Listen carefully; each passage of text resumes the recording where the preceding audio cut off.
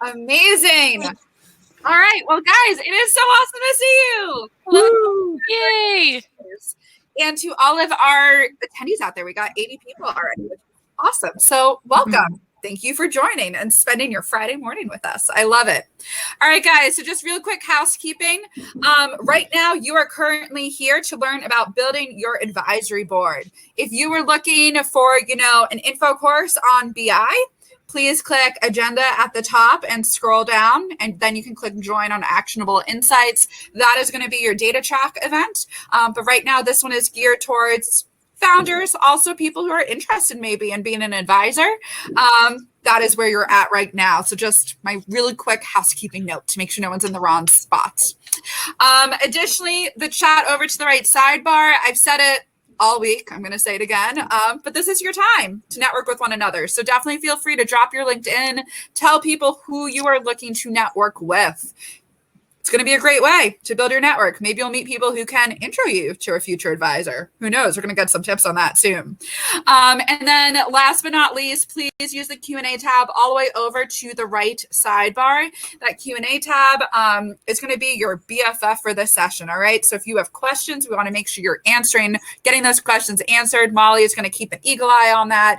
And we will make time to look through those and get you some answers. I feel like I'm forgetting something, but we're just going to go with it. And if I do, I'll post it in the chat. So with that in mind, I am going to leave, probably drink more coffee, and turn this over to Molly, the incredible Molly. So Molly, please take it from here. All right. Thanks so much, Stephanie. And welcome, everyone. Thank you for spending your Friday morning with us on Startup Boston. We are super excited to talk to you today about advisory boards. Before we get started, I'd love to introduce you to the wonderful panelists that will be leading the discussion today. So, Paul from Launch 413, can you start us off with a quick intro, 60 seconds or less, about you and a fun fact that is memorable? Oh, no. All right. Paul Silva. I am general partner at Launch 413. We're a post-accelerator that helps startup CEOs scale for sustained success by providing a team of executive coaches. Our team includes Fortune 500 executives, angel investors, and serial exited CEOs. I run a local angel investor network. I founded a bunch of entrepreneurship things. And the fun fact is I love rubber ducky ties. I occasionally quack when people run out of time, but you're running the event today, not me, so no one will be quacked at. All right, good to know. All right, Keith. Keith is the founder and founder and CEO of BusRight. Keith, can you do a quick introduction, please? Sure. Well, thank you, Molly, and welcome, everyone. So as Molly said, my name is Keith Corso, started BusRight. We are a school bus technology company trying to modernize our nation's largest mass transit system through technology such as efficient routing software, turn-by-turn driver navigation, parent communication apps, and more. That's awesome. And Keith, fun fact. Fun fact is Spanish is my first language, so I'll go with that one. Wow, español, muy bien. All right, thank you, Keith. And Igor, the president of Fast CTO, can you do a quick intro and don't forget your memorable fact? Hi, everyone. My name is Igor, serial entrepreneur, couple of exits, angel investor. I help startups by matching them up with CTOs, actually very similar, I guess, to what Paul's doing, which we'll talk later, to make sure they're doing the right stuff in a nonprofit sort of way. My fun fact, I was a junior Olympic diver. Wow. What types of dives? Like off of springboard type of thing. Okay. Yeah. Not scuba. Oh, okay. Although I am scuba certified. All right. There you go. All right. So again, my name is Molly Yanis. I am going to be leading the panel today. I am actually a founder as well of Echo Consulting. So we offer project management services. I'm also actually working with Paul and the Launch 413 team as a founder and portfolio company for a software as a service product, specifically around strategic decision-making and team-sourced prioritization of project work. So with that being said, I'm going to dive right in. I'm a huge fan of advisory boards, and Paul has schooled me on this at Launch 413. So we're going to start off with just a quick ground question. describing what an advisory board is to you. How is it different than mentors and advisors you might have accumulated over the course of your career? And then also just clarifying again, like how an advisory board might be a little bit different than a board of directors or something like that later on in the maturity. So Keith, we're going to start with you about what an advisory board means for you and your company. Sure. So an advisor is typically either an industry leader or executive who the company chooses to engage with. And I think in return, the advisor could receive, advisory shares. So they do have some skin in the game in the form of equity. An advisor is usually a mentor, but a mentor is not always an advisor. If you gave all of your mentors shares in your company, you probably would have no more to give to your employees. And so with that said, I think a board of directors you would typically bring on in conjunction with a priced financing round, and they have more of an active involvement in the strategic direction of the company, where advisors, depending on how you structure that relationship, are kind of at the they're willing to support and jump in whenever the founders or anyone on the team reaches out, given their area of expertise. So given that, I think you should bring on advisors who fill in, like gaps that you have as a team or that you have as a founder or whatnot. So for example, I am not a product leader whatsoever. So we brought in as Paul English, the founder of Kayak, who is a brilliant product mind. Similarly, we recognize that selling into the K-12 industry is quite difficult to do. So we brought in the former director of sales at the number one incumbent in our industry to be on our advisory board as well. So those are a couple examples of ways in which we've structured kind of our advisors here at Busright. Perfect. Thanks, Keith. And then Paul, can you add anything to that in terms of how you view an advisory board, and maybe how it works at Launch 413? Sure. First, let me just say that advisory boards are a secret weapon that far too many entrepreneurs don't use. I was lucky that I knew I was an idiot when I started my first company, which I realized in retrospect, that was the fun fact I should have said. My first company made video games for the blind. That tends to be memorable for people. So I knew I was an idiot. So I found very successful people and I told them what I was doing. It was clear to them I was an idiot and they took pity on me and they joined my advisory board. And as a consequence, I made far fewer mistakes and far more interesting mistakes than I would have otherwise. So all startups, do not be shy. You are an idiot. You can be a 60-year-old veteran of the industry and you're still going to be an idiot about a zillion things because you can't be an expert at everything. And so many people love helping startups. I mean, startups are awesome.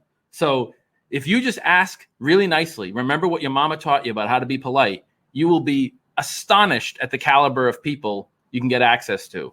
So I was a computational physicist who did not know how to tie a tie, and social skills were barely there.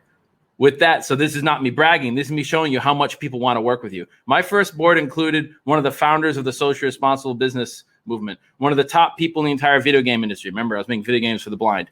One of the top executives in the technology to help blind people industry. It's not called that, but that's the handy name for it. I got the former VP of marketing of Dunkin' Donuts and Spalding Sports, all just because I asked nicely.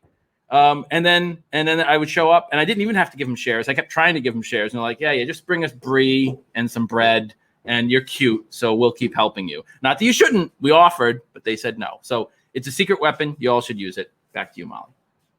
All right. Thanks, Paul. Igor, do you have anything to add on an advisory board in general, how it might be different than a board of directors or any mentors that you might have accumulated throughout your career? So I will say, and I don't know if I'm jumping ahead, but there is one important difference is that a board of directors has a fiduciary responsibility to support the company, where if they don't fulfill that responsibility, there's some legal problems, like legal obligations, whereas an advisor doesn't have that. So as Paul is saying, a lot of people want to help startups, which is awesome. I love it. If you just ask them nicely. A lot of them, if you think about like angel investors, a lot of them help as sort of like, well, I don't have $100,000, but I would love to help you type of thing, right? So that's how a lot of advisors get started. But yeah, the fiduciary responsibility, which is not really a topic that we need to dive into on this call, but that's a big Good difference. good to level set starting out. We're talking about board of advisors today and optimizing your board of advisors, who to ask and things like that. So that's a great segue. So I did want to talk about just really quickly, Paul, and then we'll move on. But does everyone need a board of advisors? You said it's the secret weapon. Does everyone need, at what point, if you're a startup, there's a lot of, different companies and different maturities. Is there some sort of tipping point where then you really need a board of advisors? Is it ever too early or too late? It is never too early. Now, mind you, when we say board of advisors, right, some people stop and think like, oh, I need Robert's Rules of Order and I have to get paid. No. Your board of advisors, when you first start, could just be two wicked smart people, that agree to, they probably buy you breakfast because you're broke, every now and then. And that's your board. And it might not even meet together. But as soon as you have an idea, you should be seeking help from people. And as soon as you've been spending enough energy and effort, you should have two or more of those people sitting next to each other so you can watch them argue and benefit from watching geniuses argue instead of you arguing with your business partner because you're both idiots. That definitely resonates with me in my board experience. Igor, really quick from you. How do you know how to ask, like, who should be on your board or who to ask? So Paul mentioned some like really big names and things like that. Did he know them or not? But like, how would you identify those first few? Are they people you already know? Are they people you don't know but are industry? Keith mentioned a couple of things too in terms of like filling in those blind spots. But do you have any advice to someone that's starting a brand new board of advisors, like on where they start with who they ask? Yeah, it's a good question. So it really depends on your industry. I think Keith's example is awesome because he kind of combined the filling of the gaps, which is what an advisory board does, as well as like a Rolodex, which is actually a huge part of being an advisor. One of the best advice I've ever gotten, not from an advisor, but from someone that knows what they're talking about, is that you use your advisors as a tool to get to the next milestone of the company. And actually, one of the mistakes that a lot of entrepreneurs make is they figure like an advisor. What just happened? Very strange. You're good. Keep going. An advisor is forever, right? Like you get an advisor, and an advisor is with you through the rest of the company. And so they think about an advisor as like, will this person continue to provide value? Which is great if they do, but not entirely necessary, right? It's perfectly fine to get an advisor that has a very specific role to get you over a hump, to get an intro to your first client, to get an intro to an investor, to get, like in Keith's example, the incumbent of the industry, right?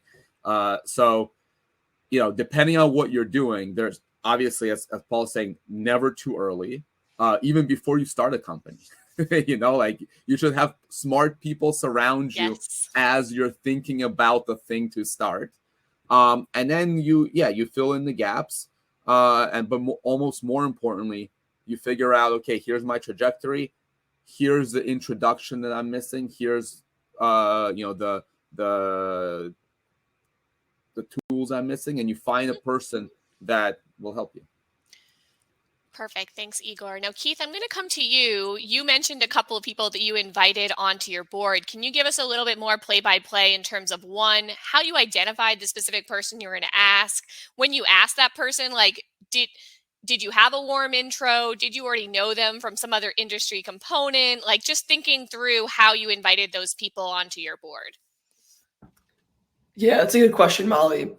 My preference is to have a relationship with this person for at least a year, before giving them advisory shares or entering into some formal relationship in that way. There are some folks who have been really helpful to the company. And in that first or second conversation of providing value, they'll be like, oh, and I'd love to be on your board of advisors. Like, can we make that happen? And if it doesn't, they'll stop helping you. And so you really want to cut through the noise and build those long-term relationships with folks that you know are going to be there, whether they have skin in the game or not, because you want to help each other out. So that's, I think, the first and foremost on this end. And then to your second point, the question was around how to engage them. What was that again? So, I mean, for some people that maybe don't feel as comfortable or don't have those relationships with those people that are filling in their gap, do you have any advice or any thoughts on how you identify those people, Right. how you got those initial relationships, how you got those intros, and kind of that component of it? Yeah, I mean, every one of our advisors came through in very different ways. I will say, like, for example, one of the unique ways was I led the Entrepreneurs Club at Northeastern University, and we had every week Tuesday speaker series, and we brought in some phenomenal leaders like Paul English. And so I had known Paul for probably a year and a half before he ended up joining our board of advisors. And so it's I think that you're not going to find your advisors, like all 5 or 10 of them or what have you, in the same place at the same time. They're going to come at different points in the company. And to Igor's point, it's really to help you get to that next stage, right? And being very intentional about what you're looking out of that particular relationship. One thing I did want to note is that Underscore VC, based out of Boston here, they're our lead investor for our last financing round. They have an interesting program called the Core Partner Program, where founders are able to choose advisors / industry leaders, where Underscore, as part of their investment in the company, will actually give part of the upside / part of their investment to that advisor of the founder's choice. And so bringing on the former sales director for the #1 incumbent in our industry through that core partner program was just a mutually beneficial relationship. So with all that to say, they come in all different ways, shapes, forms, sizes, and so on and so forth. And so it's good to find, other, partners like your investors who we can all collaborate together on here. Yeah. And just to add a little to that, because the Underscore program is phenomenal, and Founder Institute, which is an accelerator as well that has a Boston chapter, does something very similar, where the speakers they bring in actually, like, they enter this bonus pool type of thing where they're incentivized to continue helping companies, and the companies themselves then rate, like, this person helped me more than this person, and it's all like pro rata how they get the equity if it happens. Similarly, so my own startup, Straline, has a board of advisors that was provided as part of the Launch 413 program that Paul's part of. Paul, is there anything you wanted to add to how you identify those right advisors and bring them on to your board of advisors? Or we can move on. Absolutely. And it's part of the launch methodology that we're helping the entrepreneurs identify those gaps, because we have a lot of experience, so we're helping them do that. But all of you can do this. You can sit down and look at, I forget if it was Igor or Keith that pointed out, like, it's fine. What's the next big milestone of the company? If you've identified what that big milestone is, then you can say, well, what are the skills we need to get there? Oh, this is really about customer discovery. I need to go find someone who's a customer discovery guru. We're past that. Now I need to build I need someone who's built a bunch of software products cheap, not for Fortune 500 companies only. Someone who's done it when they had no money and got success.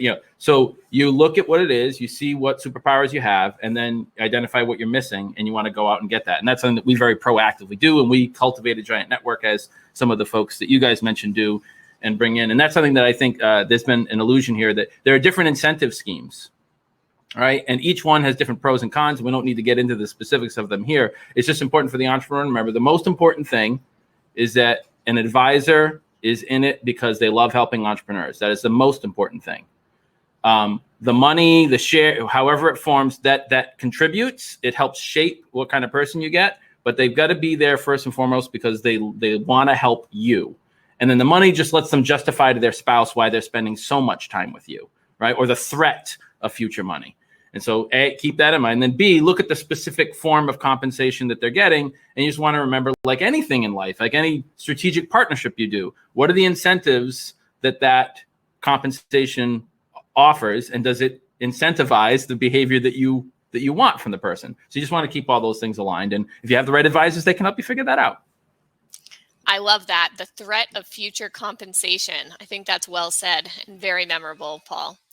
All right, Keith, we're going to come back to you, and we're going to be talking about a typical expectation for your advisory board members. So whether that is a frequency of meetings, either one-on-one or as a group, when you set those expectations, is it when you do the initial invite? Does that change over time? Just give us kind of an overview of like what your experience with a board of advisors is in terms of how often you're interacting with them.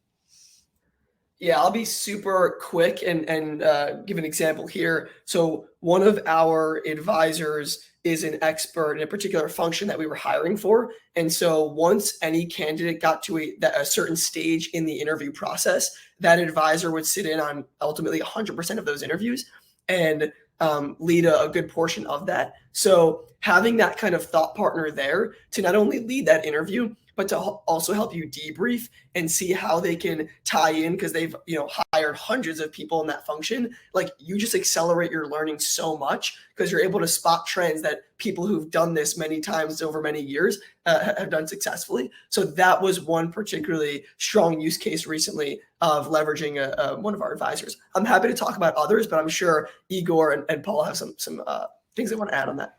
That's awesome. Well, I just want to jump in and point out that is an incredible example. It's very rare that I'm talking to an entrepreneur and they tell me that they're using their advisors to help them interview. Because it's usually the kind of stuff that I said, right? Like, help me think about something, help me introduce me to someone, that kind of stuff. Helping an advisor interview for key positions in the company is just a perfect use of advisors. Fantastic. Igor, I'm going to keep going with you in 1 second, but I did just have a quick Q&A from Benjamin regarding the real question. Igor, have you ever fallen into the Stargate? For comedic relief. All right, Paul, I know you wanted to say something on that. So talk a little bit about the typical expectations of a board member. So I think we have a great example in the interview, if the advisor is willing to help on that. Are there some other typical explanations there? Sure. Sorry, the screen just moved on me, but I'm with us now. I see the question being displayed. So I just wanted to riff on something that both of them were saying, that as an entrepreneur, you have to simultaneously have incredible confidence that there's some core of your idea that's beautiful and bold and that almost everyone thinks is stupid. Otherwise, someone would have done it already, right? And you have to hold on to that firmly. And then everything else you need to assume that you're an idiot on. And then when you say that, you say like, hey, would I do brain surgery on someone? No matter how smart you are, no, get a brain surgeon to do brain surgery, right? So if you are trying to do something for the first time or the third time, and you have the chance to bring in someone who's done it hundreds of times, and they enjoy helping you do it and not make mistakes, like, remember, the main compensation advisors get is the warmth and fuzz of helping you. So give them chances to help you and then pay them lavishly in gratitude, right? And then someday the stock will hopefully turn into something, or the revenue share or whatever. But for now, pay them lavishly with gratitude, and don't be shy about bringing people in with where you're weak. Do not be full of yourself. As soon as you're confident about the one thing, but be okay with being loose on everything else. So that was what I wanted to riff on, Molly. Sorry, if you wanted me to talk about something else, please remind me, because my brain lost it. No, that's perfect. And we wanted to talk about typical expectations of a board of advisors. So when I came on to Launch 413 and I was thinking about a board of advisor, the big piece I was looking for was missing blind spots, right? I know that I'm passionate. I know that I'm focused on my specific beliefs and what I'm looking to build for a solution. If I wasn't passionate about the problem, I wouldn't be there, right? But I knew that I was going to have blind spots. I knew I was looking at it too focused. I needed someone that was the lantern and I was the flashlight. And so that's where I feel like is a great visual for me, for my board of advisors, which is it identifies those blind spots. And I think, Paul, you said it really well when you're talking about, you make more interesting mistakes. You still make mistakes, right? But they become a little bit more interesting when they have that, that review focus. Does anyone else want to talk about, Igor, did you have anything else to say on typical board expectations? Just one quick thing. So there is this thing called a FAST agreement, which is the founder institute put out this template of, if you want to engage advisors, FAST stands for Founder Advisor Standard Template, sort of like the YC Safe sort of thing that they did. So that one is kind of like a fill in the blank advisor contract. But the second or third page, I don't have it in front of me right now, actually has a little rubric of what to expect. It's a great starting point of, like, if you're getting an advisor and you're at this stage and they're of this level of expertise of the thing that you want, and you're giving them this much equity, here's what your expectations should be. So I advise everyone to go check it out. That's awesome. If you have a quick link to that and you could drop it in chat, that would be awesome. Or if anyone else does, that would be great. Paul, coming back to you for a quick question. When you think back of your favorite boards, whether you were on them or you led them, what did they do differently to really stand out? Like, what made that board give you the warm and fuzzies, as you like to say it, and really feel impactful for that entrepreneur? Excellent, Molly. So a few things that really stood out from my best boards are, first and foremost, they acted like a board of directors versus a board of advisors. You're in danger when you create a board of advisors of setting an expectation where, hey, I'm going to come here and I want to talk about this.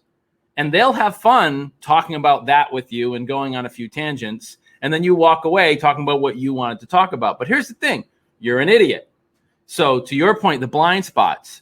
Whereas a board of directors they have a job. They have a fiduciary responsibility, fancy term for they can get sued if they screw up, right? Their number one job is to have the right CEO in charge of the company, right? So if you're not doing they're there to say, did you do the thing? Why didn't you do the thing? What help do you need doing the thing? Why isn't this a priority? A board of directors holds you to account like that. What I strongly recommend is that when you recruit your board of advisors, you have them treat you like they're a board of directors. They can't fire you. They don't actually have the fiduciary responsibility, but tell them, yeah, I have things I want to talk about, but I really need you to hold my feet to the fire. Help me make sure I've set the right priorities. Then make sure I did the damn things I said I was going to do, because I'm human and I'm going to forget. And so my best boards did that. And of course, they read the materials, right? So I would prepare materials for them. I'd give them the materials. They read them. They read them more thoroughly than I could have even hoped. Or I'm like, I was stupid. I made like 30-page business plans. I'm back when we made business plans. And they would read the damn business plan and come in and blow my mind away with how I was fundamentally wrong about this. But they wouldn't say I was wrong. They'd ask me a question, made me realize I was an idiot without them ever needing to say it out loud. And those are things that really make a great board stand out.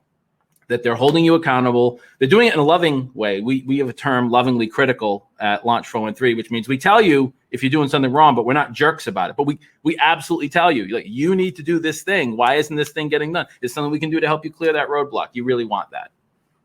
Lovingly critical. I love it. All right. Accountability. Igor, is there anything you have to add? Do you have any favorite board experiences and what really set them apart?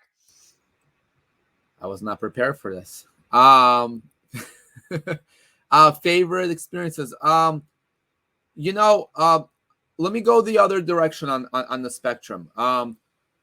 Not every one of your advisors needs to be really fancy, right? Like sometimes it could be someone that you met at like Venture Cafe, hit it off with, and had a insightful conversation with, and then called back 6 months later and offered this, right? Because it's good to throw ideas against someone else, even if they're not experts in the industry, because sometimes you have no one else.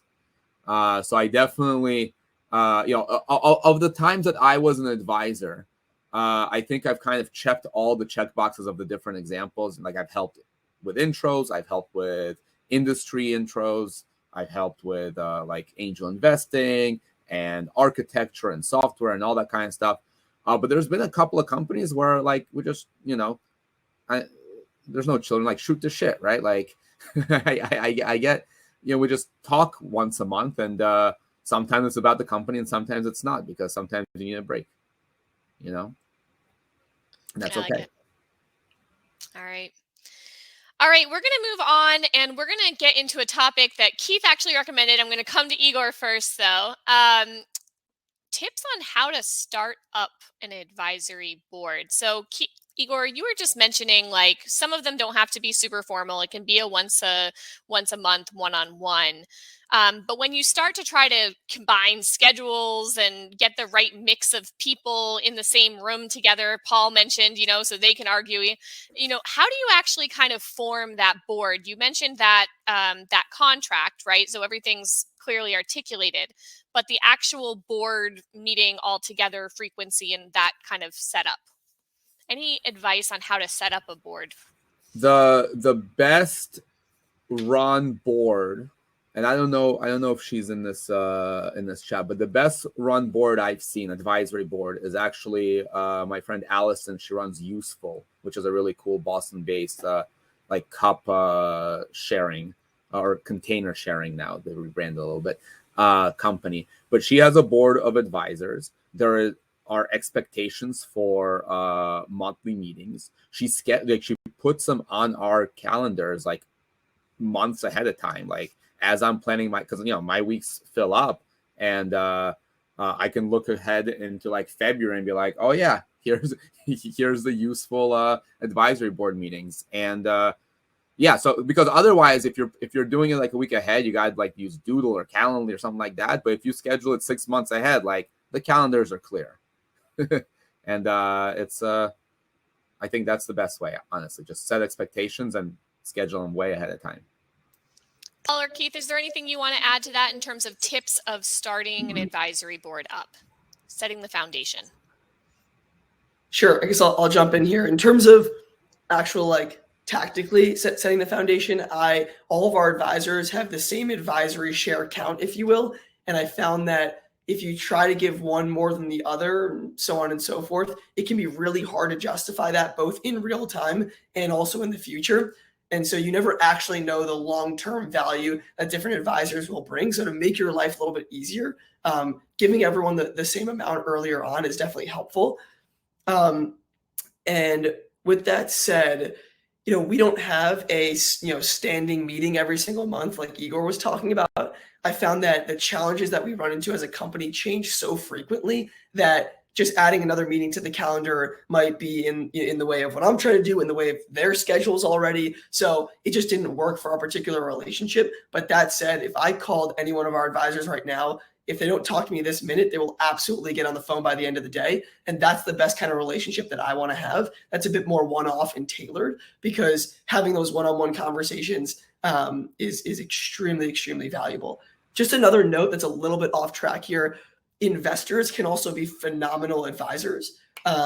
They automatically have a ton of skin in the game, or a good amount of skin in the game. And by definition, like, their role is to advise companies and make sure that their advising is actually leading to great outcomes. They're incentivized to make introductions for you at a larger scale than your typical advisor. So don't discount the fact that you have these early investors on board, angels, venture firms, etc. Like, they can be incredibly phenomenal advisors. Spot on. I'll do one quick add. What Keith was saying about like the one-on-one conversations, they're not mutually exclusive. So I would say schedule meetings so people know expectations. But for example, I have an advisory or advisors channel in my Slack, and all my advisors are in there, and it's pretty active, right? So there's ongoing conversations, but then also every once in a while, a way for everyone to get together and have an agenda of things to discuss. At Launch 413, we have strategic and tactical tracks for all of our companies. Remind them. So we have a board. The board will meet with you on a monthly basis. Its job is to hold your feet to the fire and set priorities and all that good stuff. And then as we identify a specific problem that you have, like we need to figure out branding, then we go find the tactical coach for that. Former global brand manager Procter & Gamble is going to come in, and she's going to kick your butt every week until you have that set. That person may or may not be a great board member for you because it's a short-term problem. So we always remind, there's tactical and there's strategic. They're both important.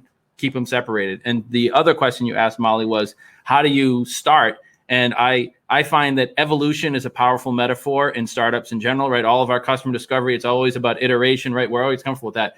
Likewise with your board, start dating them, start dating each person, invite two of them to go out on a double date with you, like have two of them come out to lunch with you and just start getting a feel for, is the chemistry good? Is it when the two of them interact, is it beneficial or not? You don't have to make it formal. No one needs it to be formal until it's like, gee, we've been meeting together every month for a couple months. I think, would it be okay if I make it official? Let's put a ring on it. Can I put you on my board? They'll be, oh yeah, that's great. But don't overthink it. Test the waters and you'll find out what works. Awesome. Thanks, Paul. We do have a couple questions coming in through Q&A, so I am going to publish one and read it out loud. So Keith mentioned the core partner program at _VC. Is it open to only select groups, or can anyone apply for it? Keith, I'm going to send that one to you first. Yeah. So is it open to only select groups? So I'm not sure if they're talking about from the advisor side or from the founder side. To clarify, when Underscore makes an investment into a company, that company can decide entirely on their own who they want that advisor to be. And Underscore has a group of several hundred industry leaders, executives, etc., that can very well be that particular core partner. But you can also pick if there's someone that you have a relationship with that you want to bring into that community as well. Let me answer that also, but a little bit more slyly. As far as I know, the program is as Keith described, so it's part of their cohort of investments. However, the people actually doing the advising are the types of people Paul's talking about that love helping companies. So you could find them on LinkedIn and you can ping them, and they would love to help you outside of Underscore as well. So to be in the program, you have to be, part of Underscore, but not to work with the people. All right, great question. I'm going to do another Q&A. So knowing that every startup is different, when do you typically give away equity to an advisor? And how much equity do you consider to be fair deal for both sides? That's coming from Christoph. Any volunteers from my wonderful panelists, or will you be voluntold? I mean, it's a great start is that fast agreement. I threw a link in the chat. I hope I put it in the right chat. But that's exactly there. And they'll even tell you, like, if the company is this phase, 0.2%. If your company is this phase and the expert is this fancy, 0.4%, whatever it is. That's not set in stone. So don't think that like this is it. Like sometimes you write in your own thing. They just give you kind of a guideline. The other thing I want to mention really quick, and not dive too deep. If anybody's ever seen Shark Tank, for example, which is like not really true to life, but if anyone ever seen Shark Tank, you'll notice, especially Mark Cuban does this a lot, where he'll argue and he'll say like, well, I want 10% plus like 1% advisory shares, right? So one key thing to keep in mind as you're talking about advisory shares and all that is that typically, but not always, there's different types of shares in a company, right? And they operate a little bit different. It depends on your bylaws and all that kind of stuff, on your stock agreement. But the way that you transfer advisory shares versus common shares, the type of rights they have, all that kind of stuff is different. So like when you typically create a pool, if you have, let's say, a co-founder, you'll do 45, 45, 10, where 10% is like an option pool. That option pool operates a little different from the other common shares that the founders have. And that's why you could kind of give it away a little bit. Like, I wouldn't worry too much about it. Mm-hmm. Anyone else have anything to add there? It looks like Paul's raising his hand. Yeah, I want to, so all the stuff they said, double down on that, but also want to check in because many of you entrepreneurs are building venture capital style businesses that are going to need to raise venture capital, but many of you might be trying to raise, zebra style companies. If you're not familiar with the zebra idea, I'm not trying to become a unicorn. I'm trying to become, $10 million a year, $100 million a year, that'd be fine. I don't want to necessarily have venture capital investors and have to sell my company, right? So you can look that up if you're interested.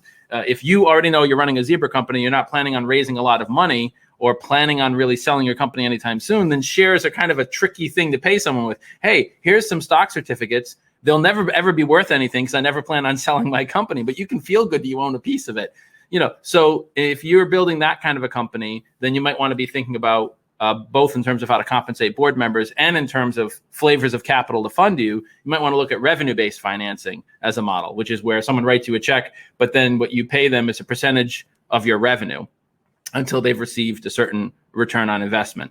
That's a medium risk, medium return sort of format. That's how Launch works. All of our advisors get paid out of a share of revenue that our entrepreneurs give us. We don't take any equity. So just remember, entrepreneurs, equity is a very powerful tool. It's got incredible pros. It's got very specific cons. You shouldn't use a hammer for all problems. And so just make sure you're conscious of the different flavors of capital and what one's right for you. Let me just really quick. So the model that Paul's talking about is awesome. However, and I don't know what type of companies people have in the room today. If you have some sort of an e-commerce or commerce type company, one flavor of this revenue-based fundraising is called an MCA, which is like a merchant cash advance. Stay away from those because that's a scam. It will bankrupt you. Don't do it. It's basically payday loans. So what Paul's talking about, and Paul, correct me if I'm wrong, is if you have revenue, some percentage goes to your advisors, and if you don't, that's fine. They're not going to break kneecaps. Whereas MCA is they'll break your kneecaps. So don't do MCAs. Go Google MCAs and stay away from them as far as you can.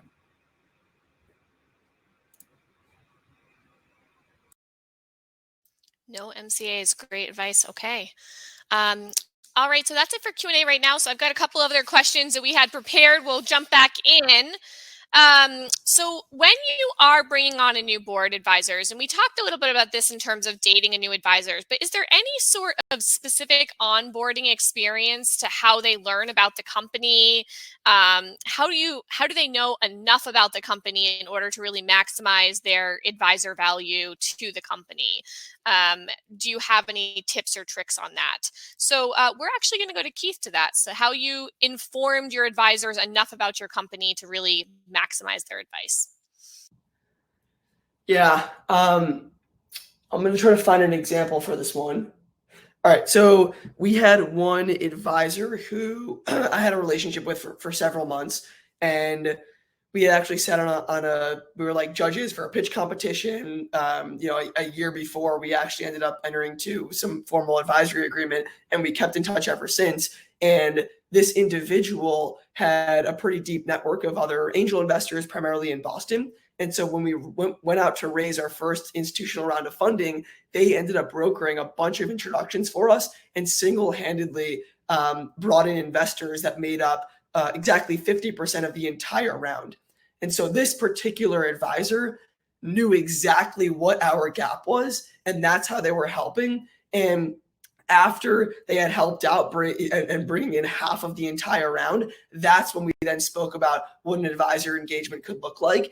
And that's how you know there's mutual fit there, where they weren't necessarily like, hey, if you don't make me an advisor, I'm not going to help you. But it's, hey, this is kind of like the icing on the cake because we've really enjoyed our time working together. So back to your point, if you have built these relationships with folks, you're typically building those relationships on the backbone of specific problems that you're trying to solve. And because of that, that is their onboarding as part of being a part of your company.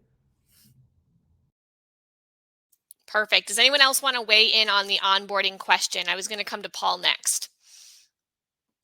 Anything else, Paul? Nope, you're good? No, sorry, I was just taking too long to hit the unmute button. My apologies. So at launch, we always have our entrepreneurs prepare a venture capital style pitch to educate our community on them, because a VC pitch requires you to explain a lot about your business. It's a skill that as an entrepreneur, you need to be good at anyway. So it's not learning how to do a whole separate thing, right? So we just have them pitch to people. And then later on, when they get introduced to new people, we say, hey, walk them through the pitch. Have a one-off coffee, virtual coffee with them, so that they can then interrogate you and learn more about your business. But the pitch really is a nice format for what's going on. Whereas if you just sort of be like, we used to do this, we learned, it would be like, oh, just come to a board meeting. You don't know enough about the company if you just jump in on a board meeting. But if you just sit down, I think it was your suggestion, Molly, if you just sit down with the CEO for a half hour, sometime before the first board meeting you're sitting in on, she can bring you up to speed just by walking you through that and you asking questions. So that's my favorite technique, Molly. I like the pitch format, definitely. All right, we do have another question coming in through Q&A, and I love those questions. So I'm going to go ahead and publish this one. I have advisors who have also invested in the form of a loan with favorable, flexible terms, no kneecaps. What advice do you have for repayment? And specifically, what do you think of revenue share as a form of repayment? When you say loan, do you mean an actual loan, or is this a convertible note, which is also a type of debt? I don't know if you can add context. I don't think that they can respond. Actual loan. Actual loan. An actual loan with like loan documents and like repayment terms and all that, or like a loan with an email of like, here's $50K. I have never heard of an actual loan or this particular situation. So Igor and Paul, I'm curious to hear what you have to say. I mean, it's like an actual loan would be like an SBA loan, for example, right? But the difference is an SBA loan has actual terms, so it's like not a question of how you repay it, right? Whereas a loan from a friend is like why friends and family rounds sometimes ruin families, right? Like That's the difference. Loan with verbal from friends. Yeah. So if it's a loan with verbal from friends and they're actually friends, I would talk to them because there's no actual terms, right? So and I've put together from the other end, I've put together flexible, like email-based types of relationships with like technical people. So for example, I had, and this is I'll bring it back to your actual question in a second, but I had a friend who I basically said, listen, I need help developing this thing. If you help me, and like, for round numbers, your rate is $100 an hour.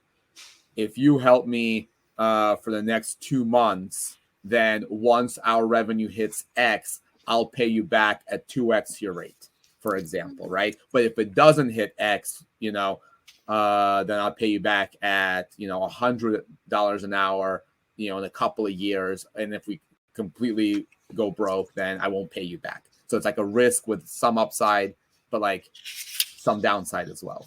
So it's the same thing here, right? I'm assuming you want to repay it, right? So the question is, what happens if your company goes out of business?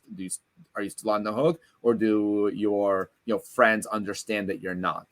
If your friends understand that you're not, then they kind of don't want you to go out of business. So they're not gonna call the note, so to speak, and then you can repay it over time. But yeah, revenue based usually. So it's a long way of saying revenue based. Okay, so I wanted to jump back into a little bit more specific to advisory boards than specific funding mechanisms. I wanted to talk before we end about measuring the board impact. So I know that we talked, briefly about holding board members accountable, Paul, and I know that this was one of the areas that you really wanted to make sure that we focused on. But how do you measure the advisor's impact or the board impact as a whole?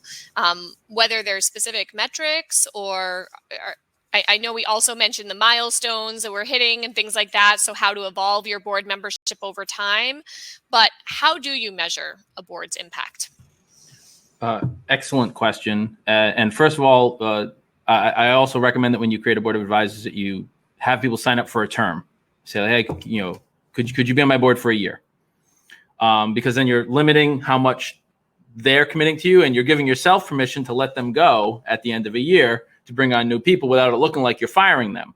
It's like, oh, we're renewing, thank you so much for your service.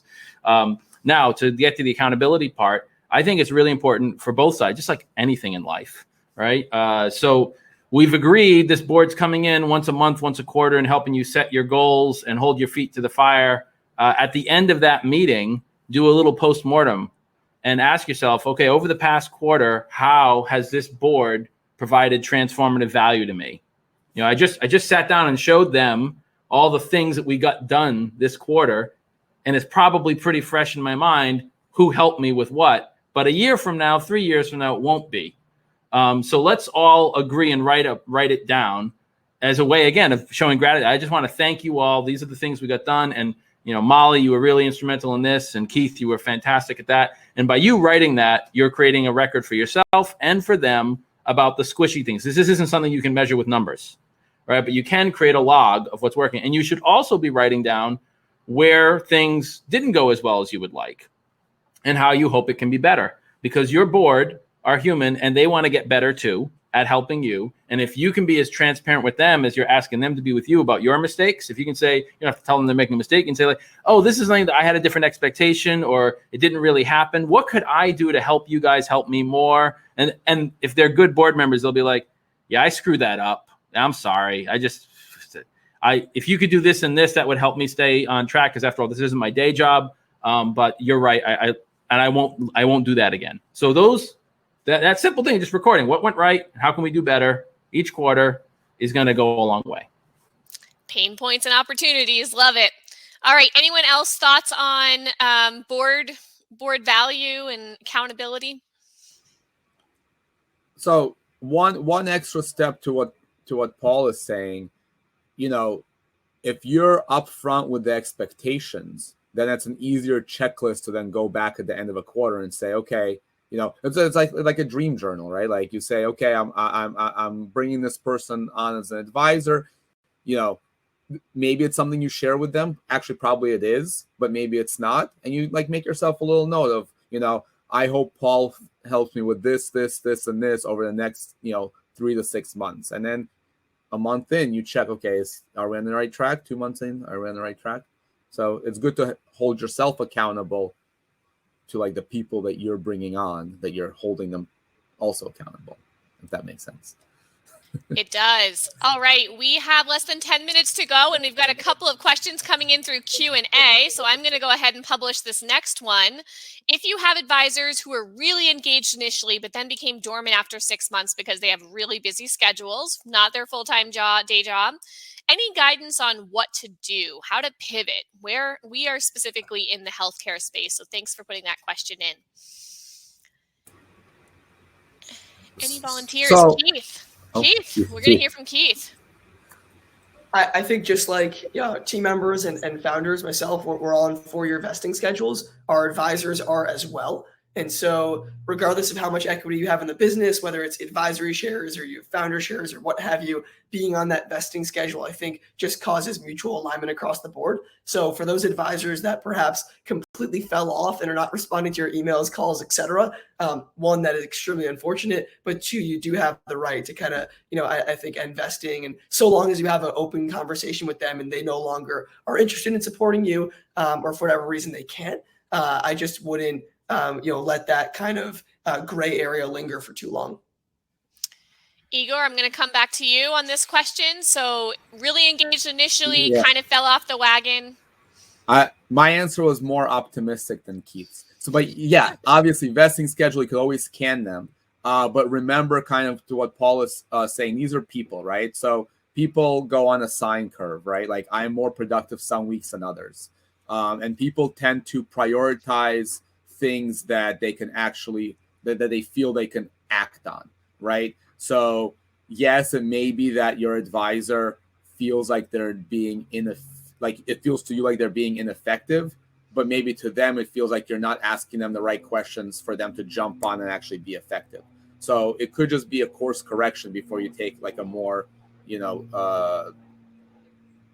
more aggressive, the more aggressive course with vesting and all that kind of stuff. Definitely agree. And we have a follow-up question on this in the Q&A. So how does a 4-year vesting schedule balance with the 1-year term that was recommended by Paul? And I thought that was really interesting. I love the term concept, right? Because it gives you that natural yearly retrospective being like, are we still on the right path? Do we need to adjust and pivot? So it really like puts that milestone in there. I'm less familiar with this 4-year vesting schedule. Let me just go ahead and publish this quickly. Does anyone want to answer in on this? I know, Keith, you've been talking a lot about that vesting piece. Paul, you want to kick it off and then I'll jump in? Well, sure. So for people that just aren't familiar with the term vesting, it's a bit of jargon in the startup world, right? For tax reasons, it's usually hard to say, hey, I'm going to give you 0.25% of my company a year that you're a board member. For whatever reason, it's better to say, I'm going to give you a percentage point and it will vest over the course of 4 years. So just mathematically, it's the same thing. I don't know why they like accountants. Okay, so given that, I prefer to just avoid that problem. I like to try to keep it as simple as possible until the accountants tell me I'm breaking the law or something and be like, hey, it's a term of a year and do this thing, and that's great. Longer commitments are standard in certain kinds of startups, especially if you know this person's going to be with you for a long time. You might want to make that commitment, absolutely. But if you're very early in your life, a shorter term is a really good idea because you're gonna make mistakes as to who to recruit. You're gonna recruit people that are great. They were great at the beginning, but now you've got access to people that have even more experience. And it's not that the other people are bad; it's that you can't have 20 people at your board meeting. So you got to curate it, and so you got to have a graceful way of letting people go, without firing them. So Keith, go ahead. You can actually answer the question they asked. I tangented on you. I think you kind of hit it on the nail. Paul, let me drive it a little further. Paul, I have a question for you. So let's say you engage an advisor for a year right? And you give them some equity. So not revenue based, but like a fast template type of thing. Would you then have any cliff built in? Again, because sometimes you're wrong. Would you have like a 6-month cliff and like a 1-year vesting period, or something like that? Please define your terms for the entrepreneurs that are unfamiliar with them. So, all right. So a cliff basically means, so imagine you have you want to give someone 100 shares. We'll just use real numbers, and it's vesting over 4 years, which means that you're getting 25 shares per year. Having a 1-year cliff means that up until the end of the first year, you actually have 0.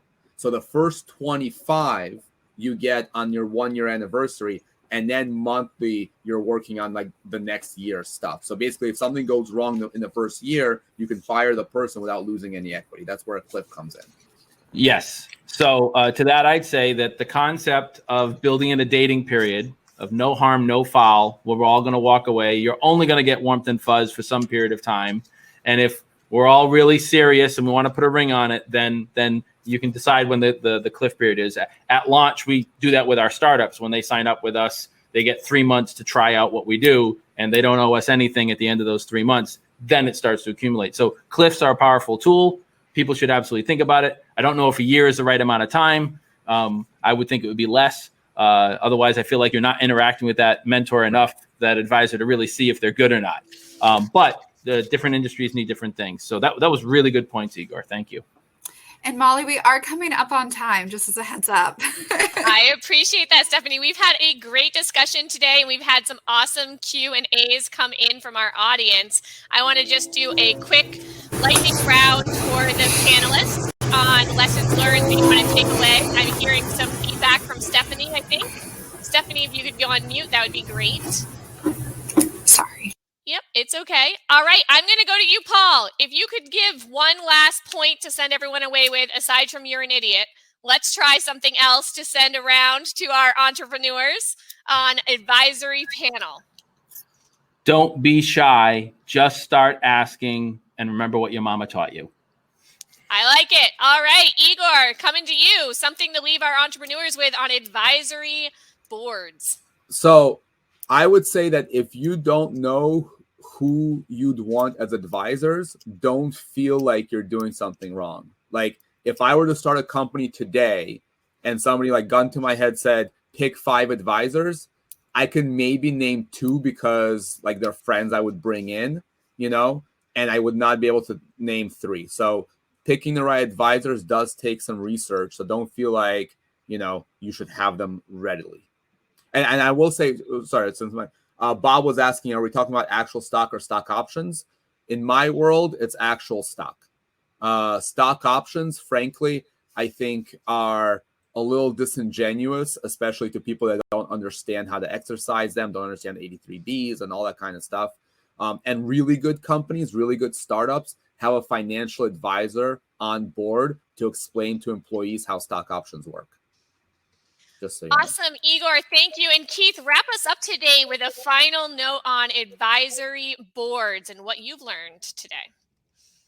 Yeah, Molly, if you are just starting to assemble your advisory board, there are no better advisors, in my opinion, than actual customers early on in the company. And you don't want 10 customers to be your advisors right off the bat. But our first ever advisor was the chief information officer of the nation's 6th largest school district and had used all of the competitive and incumbent products in our industry. And 4 years later, as of 2 weeks from now, they're joining the company full time. So your customers can be your strongest advisors when you're trying to figure out if what you even have is going to be of value.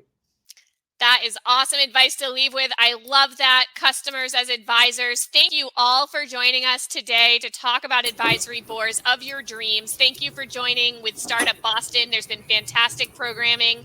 Thank you so much, Stephanie, for having us. Yeah, for sure. Thank you guys. And for some reason, my camera won't turn on. Leave it to day 5 of the conference for my first tech hiccup. Go figure. You know what? At least I'm not the one speaking. No one came to see me. So it's good. Anyway, though, Molly, thank you for leading such a fabulous conversation. Keith, Paul, Igor, you guys are amazing as always. Really, really appreciate your time. And attendees, if, I can see a lot of you are still out there. So we do have our next session coming up in about 15 minutes, all about raising capital. So hopefully you'll stick around and hear from some awesome speakers here in 15. I'll see you guys soon. And thank you so much again. Have a good one. See ya. Bye, everyone. Bye, everyone. I'll be at the after party tonight if anybody wants to chat. Awesome. Brilliantly done, Molly. Yeah. Thanks, Paul.